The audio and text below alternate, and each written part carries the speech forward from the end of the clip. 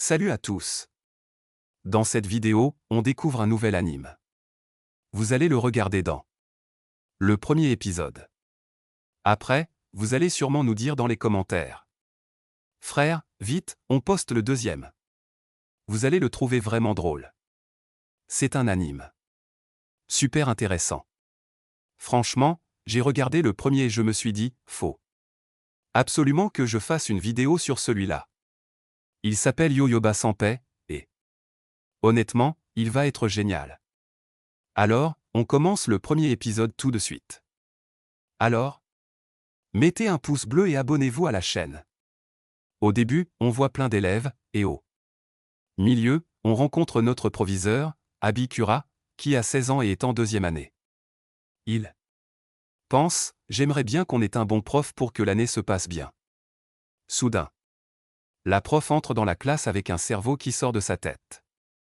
À cette vue, tous les élèves sont terrifiés. Pour être honnête, la professeure se comportait très étrangement, et Saburan se demandait ce qui lui arrivait.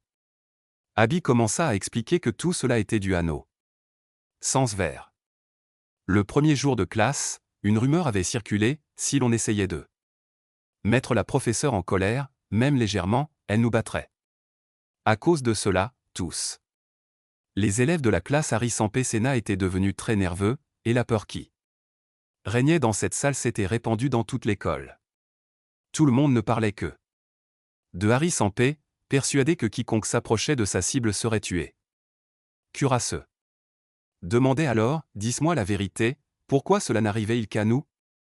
Pourquoi avons-nous ce sixième sens? Il entra dans la classe, mais remarqua une présence étrange. Stupéfait, il se demanda ce qu'elle faisait là.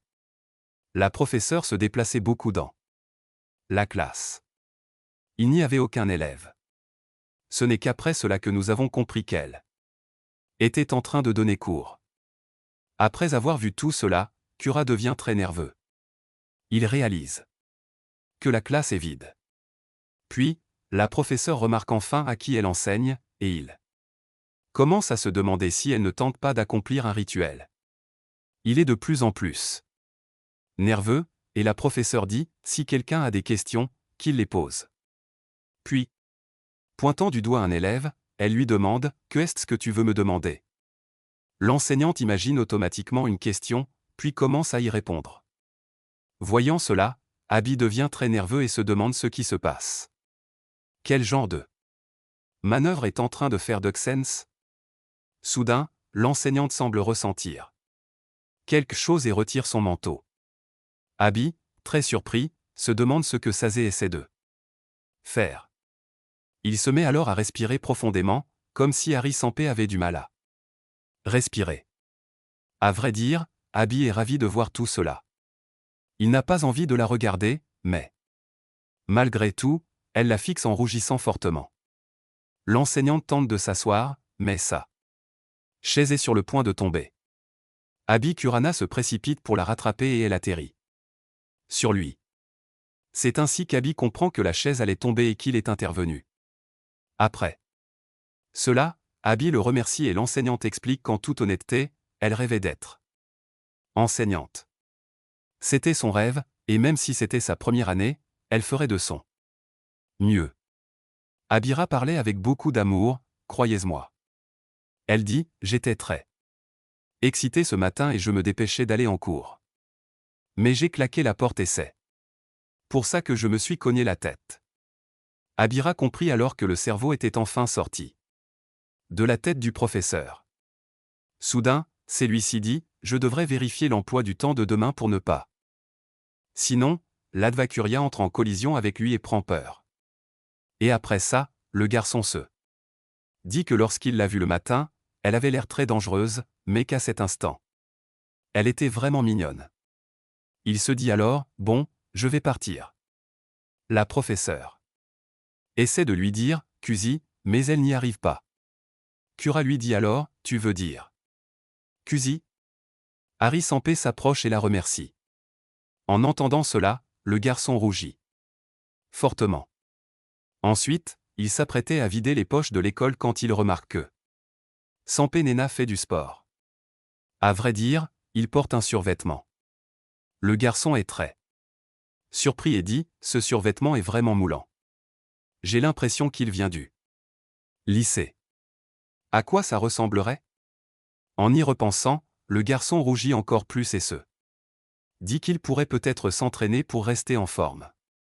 Après cela, la professeure s'apprête à sauter à la corde, mais le plus drôle, c'est que malgré tous ses efforts, elle n'y arrive pas. Même Cora est très surprise. Dans la scène suivante, on voit le professeur, les mains et les pieds liés par des cordes. Il décide alors de faire une pause. Une jeune fille, en s'éloignant, glisse et manque de tomber, mais accrue arrive. Attend et rattrape le professeur par la main. Soudain, la chaîne du survêtement du professeur cède et Abira aperçoit quelque chose. L'homme est gêné, et le professeur rougit. Dans la scène suivante, on apprend que le professeur s'entraînait à la corde car le festival sportif approche et il voulait motiver ses élèves en leur montrant que s'il y arrivait, il le pouvait aussi. Abby pense, le festival sportif est en octobre. Et on est seulement en avril. Il reste encore beaucoup de temps, et une longue conversation s'engage entre eux. La professeure explique qu'elle souhaite faire davantage d'exercices, comme des pompes, et aborde d'autres sujets, imaginant des pompes et demandant à Abira ce que cela ferait. Son ami propose alors son aide. Dans la scène suivante, Abira aide la professeure à faire l'exercice, et soudain, le garçon perd le contrôle de son éjaculation. Il se dit qu'il devrait partir rapidement. Sinon il risque de perdre le contrôle de son propre orgasme. Abira lui demande. Alors, quel est ton type idéal? Sampé explique, je n'y avais jamais pensé, mais je veux être un excellent professeur. Je veux aider tous les élèves au maximum pour qu'ils m'apprécient. Kura est surprise qu'il s'intéresse à son physique, quel est ton physique idéal? Quel genre de silhouette souhaitais-tu avoir? Mais l'enseignante croit qu'il parle de pédagogie et s'imagine que, dans les faits, tous les élèves détestent les professeurs. Ils en ont très peur. Pourtant, elle souhaite être aimée de tous. On voit ensuite Manda rentrer chez lui, toujours absorbé par ses pensées pour Sampé. Puis, une scène du passé nous est montrée. Alors que Pesampé entre en classe, son cahier tombe. Un élève le ramasse et s'apprête à le lui rendre. Mais en l'ouvrant, il découvre une longue liste de noms d'élèves inscrits dessus. Terrifié, l'homme s'enfuit. Il explique, je suis sûr que Pesampé voulait se souvenir de tous les noms. C'est pour ça qu'elle les a notés. Du coup, la jeune fille a cru qu'il y avait un problème. Ça l'a beaucoup effrayé. Il s'est dit, je devrais t'aider. Pesampé. Mais comment faire? Il se rend alors à la bibliothèque pour emprunter des livres. C'est alors que le mot apparaît. Il remarque que Pena Sampé est déjà là, plongé dans sa lecture.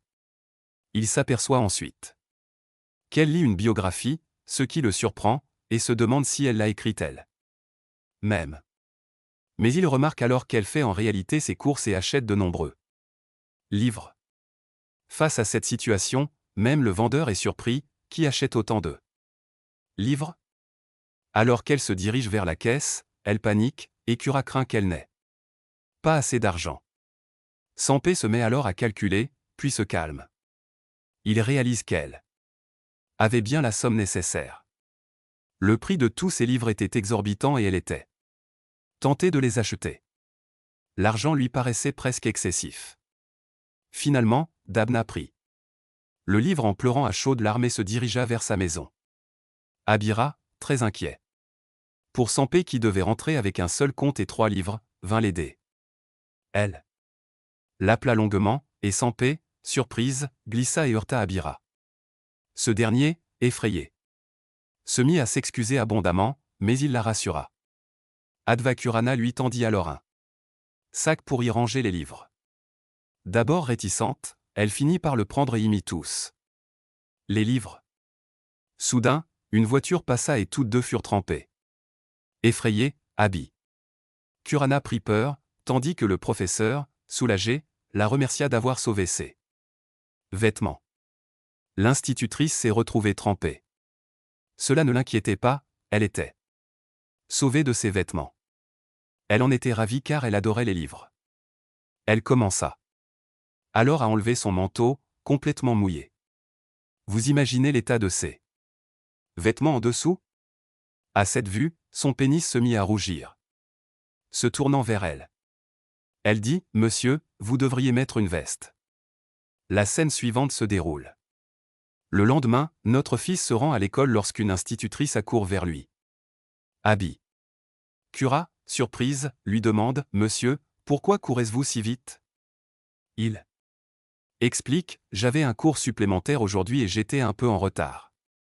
C'est pour ça que je me dépêchais. » Puis, elle s'éloigne, et l'élève à côté d'elle lui fait une démonstration de ses gestes. Pris de panique, il prend la fuite. En voyant cela, Abby Cura se dit, « Cette prof se comporte vraiment mal, il faut qu'on trouve une solution. » Elle entre en classe en courant, l'air épuisé. À sa vue, tous les élèves sont effrayés.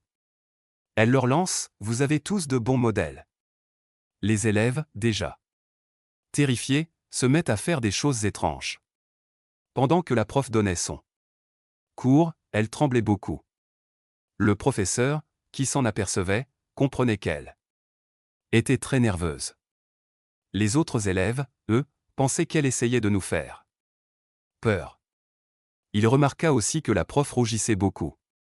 Personnellement, j'étais un peu gêné pendant le cours. Le plus drôle, c'est que le cœur de la prof battait là. Chamade et qu'elle a accidentellement touché le ruban adhésif, faisant tomber le cutter. Elle s'est baissée pour le ramasser et sa jupe s'est coincée dans un clou. Un clou dépasse du ruban adhésif, il s'y coince, et elle se met à hurler. En voyant cela, tous les élèves sont terrifiés, se demandant ce que la maîtresse va faire avec ce cutter. La maîtresse est elle aussi très inquiète car elle est dans une situation très délicate, et tout le monde le sent. Elle est maintenant en position d'attaque. Elle est probablement sur le point de nous attaquer, et toute la classe se met à pleurer. Cura se dit, le professeur a sûrement des ennuis, et il se souvient d'un moment où le professeur avait dit, je dois donner un peu plus de temps à mes élèves. Il se met alors à dire, je veux être délégué de classe. Puis il s'avance et commence à raconter à tout le monde ce qu'il veut faire, avec une certaine assurance.